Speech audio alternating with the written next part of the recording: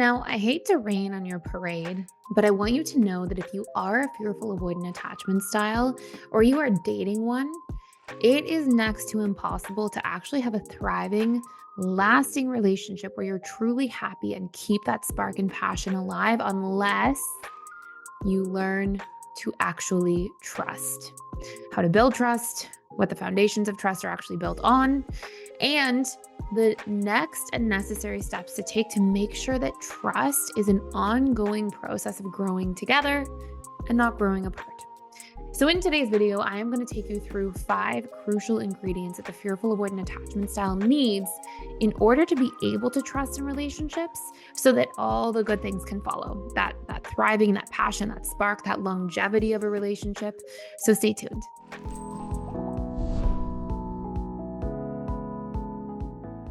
So, first and foremost, one of the biggest needs that a fearful avoidant has in order to actually maintain a successful relationship and move the needle beyond the power struggle stage of every relationship is trust. And when that trust is not there, fearful avoidants instead will tend to sabotage the relationship.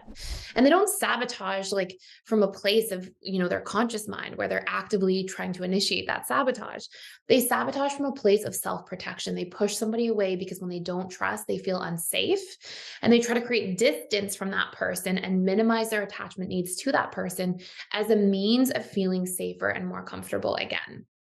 So with that being said, if somebody's the loved one or is trying to connect to a fearful avoidant, there's some really important qualities in relationship to trust that have to be a foundation in that relationship in order for it to really work and to last.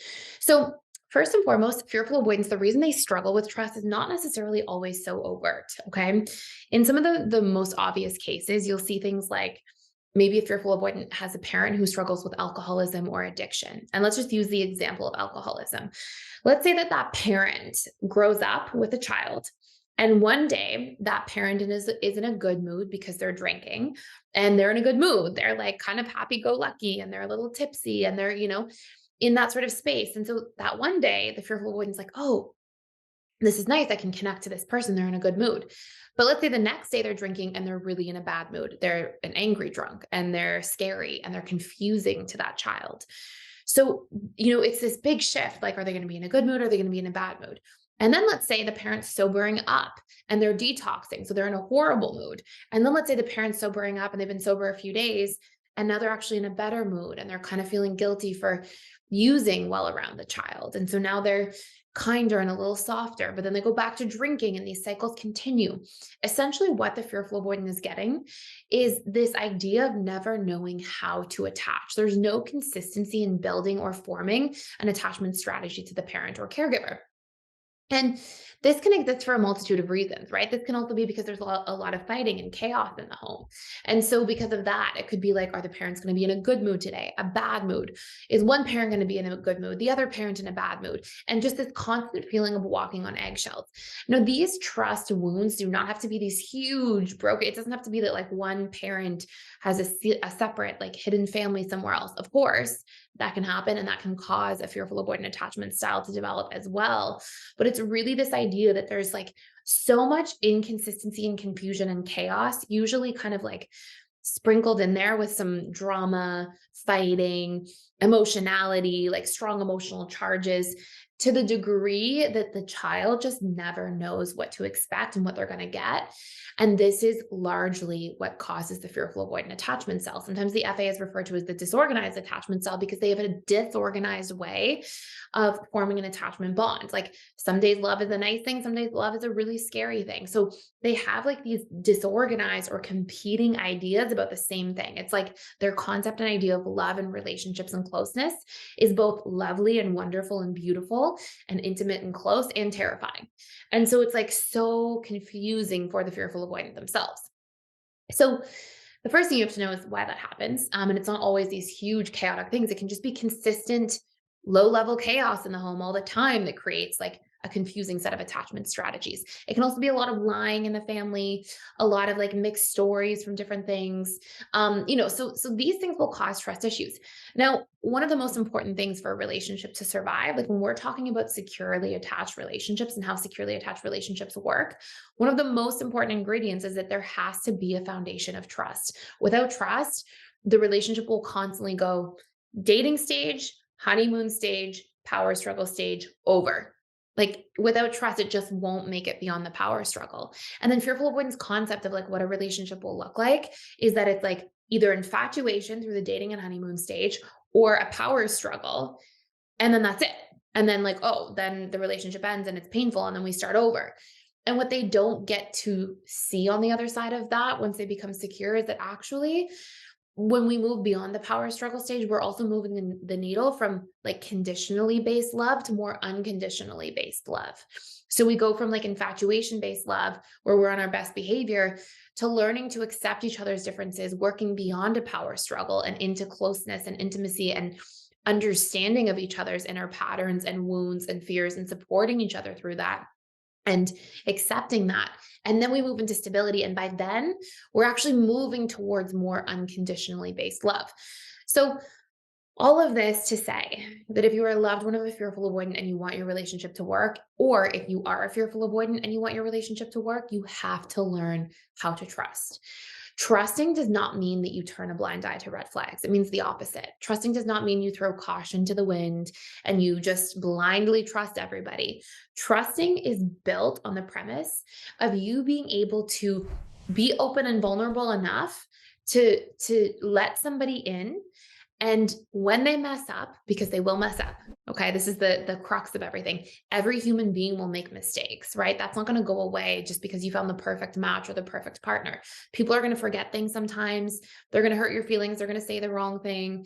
They're going to, make a mistake in some form in the relationship. But when they do, you work through it. You talk about it. The person apologizes to you. They take accountability. They're able to actually say, hey, here's what we did wrong. So there's some really important, those five major ingredients that we're going to talk about here.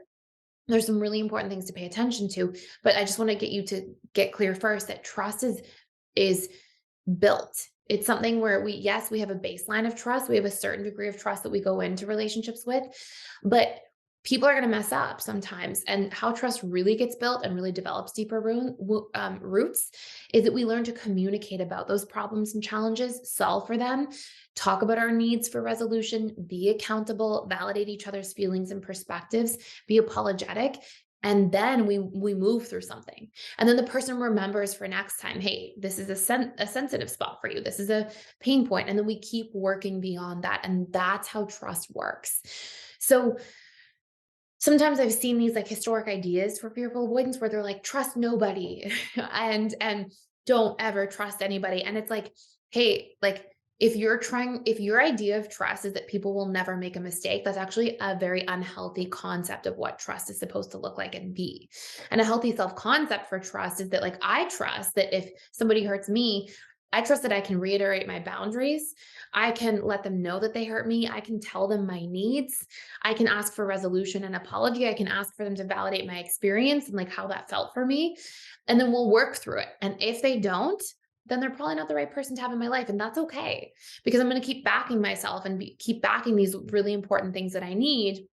And that's going to allow me to go build trust elsewhere and have the right people in my life who I can trust and who, even if we make mistakes sometimes with each other in the relationship, we are showing up really well the vast, vast majority of the time. So the ratio of like good to bad around trust is like 95 or 97 to 3 or 5%. And so it's like, hey, there's so much trust. And then there's just room where people are forgetful or they make mistakes sometimes. And that's okay. I can accept that.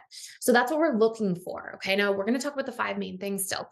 But I just want to be really clear about like what trust is, because I think for fearful avoidance, even that concept can get lost.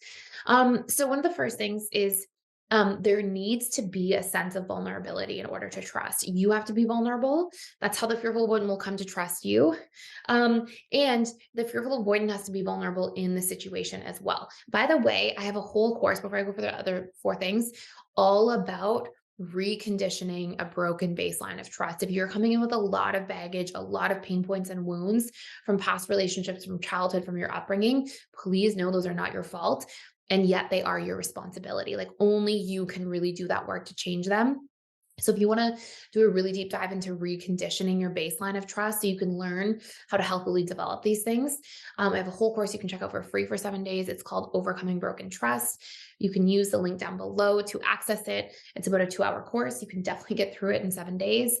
And it will give you everything you need to know about like literally how trust works, how it looks, how to work through broken trust, even scripts for communicating if there is an issue or there is broken trust, and how to recondition your old wounds that you might be carrying from painful past experiences so you can let trust wounds go for good. So anyways, that link is down below. So these high level concepts though, the first one is there needs to be a certain degree of vulnerability between both parties to even establish any kind of trust at all. The second thing is when there's a mistake made, if you're the loved one of a fearful avoidant, you have to own it.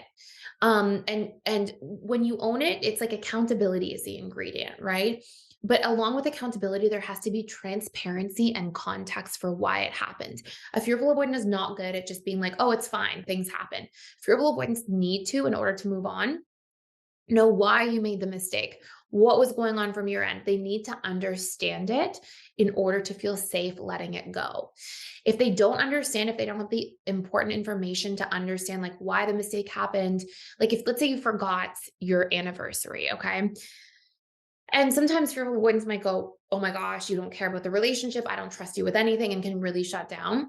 But if you're like, hey, I was really going through a hard time personally, I was really struggling with something going on at work, I was in my head, I was feeling insecure, I got distracted, I really do care about you and I messed up and I'm sorry, and I see why this would be hurtful. If you're giving them transparency and context, if you're being accountable and vulnerable, and if you are validating their emotions and their experience, those are the 4 ingredients that you need for somebody to let that go. Okay. So those are 4 of the 5. There's still another really important 5th one, but those are the main things that are going to cause a fearful avoidant to be okay with working through things with you. Again, this isn't like, hey, do all the backflips and the fearful avoidant should just jump on board. You have to practice these things and also practice communicating your needs. If you're the loved one of a fearful avoidant, it's not just like a one-way street. But if you're the FA, and you're working on building trust, these are so important to recognize. But you also have to do the reconditioning of your core wounds, which is covered in that course, so that you can have that healthy baseline of trust going into things as well.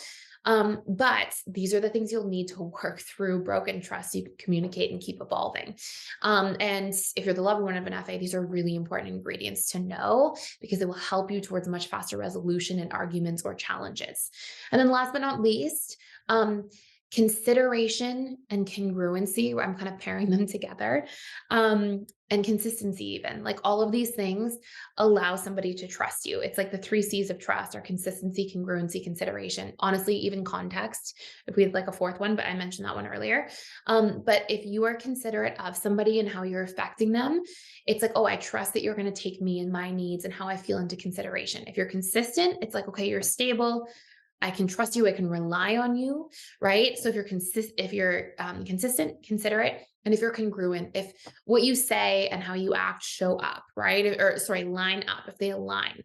And as long as those things are there, all of those ingredients together, the 4 main ones we talked about, and those 3 kind of ones piled into one category at the end, this is how you're going to be able to build a foundation of trust, even with a fearful avoidant. Although the fearful avoidant should still be doing that trust work, these are such important ingredients for that strong foundation. So I hope this makes sense. I hope this really clarifies like what trust is, how it can be worked through. I feel like sometimes fearful avoidants have this like shattered internal trust baseline. And like just seeing that there's another way can be so valuable. So if you have more questions for me about trust, please let me know in the comments below. I would love to hear from you. It's such a powerful thing to overcome, and it just changes the way that you feel about relationships so dramatically in such a nice way. So really, really important stuff to pay attention to. That's it for today. Thank you so much for watching. I hope you enjoyed this. And if you are enjoying this content in this channel, I put daily YouTube content out here literally every single day about attachment styles, the subconscious mind, integrated attachment theory, relationships, and really just healing in general. So please subscribe, hit the notification bell if you don't want to miss any, and I will see you in future videos.